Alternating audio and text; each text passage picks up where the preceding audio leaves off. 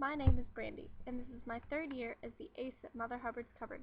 It's been a wild ride for sure, but I've made lifelong friends, met inspiring people, changed as a person, and learned about issues affecting not only those at the Hub, but also the community and the world beyond. The agency was founded by two mothers in 1998 who experienced poverty firsthand and knew how important it was to have access to healthy, nutritious food. Mother Hubbard's Cupboard was created as a food pantry that emphasized choice, health, and respect.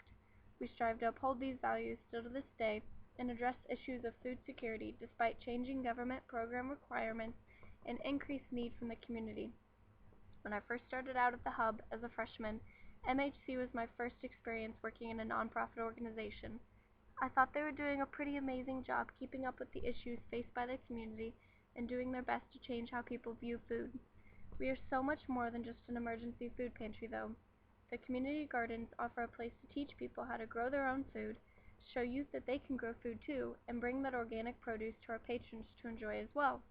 The nutrition education classes have cooking workshops, sample tables, free recipes, and many more resources for patrons and volunteers to use. We are also connected with Hoosier Hills Food Bank, which provides 99% of our food, and who we have worked with closely to make sure we're providing healthy options for our clients. The pantry itself has plenty of resources, like info about local events going on in regards to food issues, or community resources for those looking for some extra help. When I started my job as the ace, the pantry was cramped, to say the least, in a small building on Walnut Street with long lines and lack of storage, but the staff and volunteers made it work. The tight quarters made for a hectic day, but as I like to tell people, it was controlled chaos.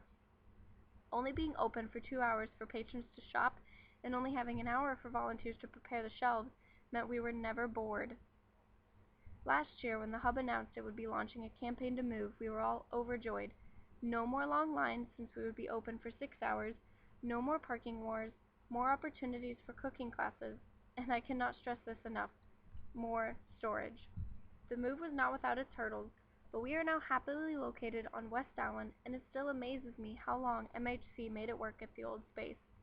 We're now helping more people than ever, with an average of a little over 3,000 patrons coming in each week, so we need more volunteers lending their much-needed hands and minds, and have some new faces among the staff to help us become better than ever.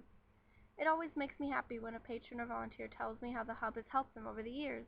It is even more wonderful to see students from service learning classes making connections with real members of the community to get first-hand experience learning about topics they're addressing in class, like Heather Reynolds' City as an Ecosystem class that works in our garden program to come up with real solutions MHC can utilize for garden-related problems.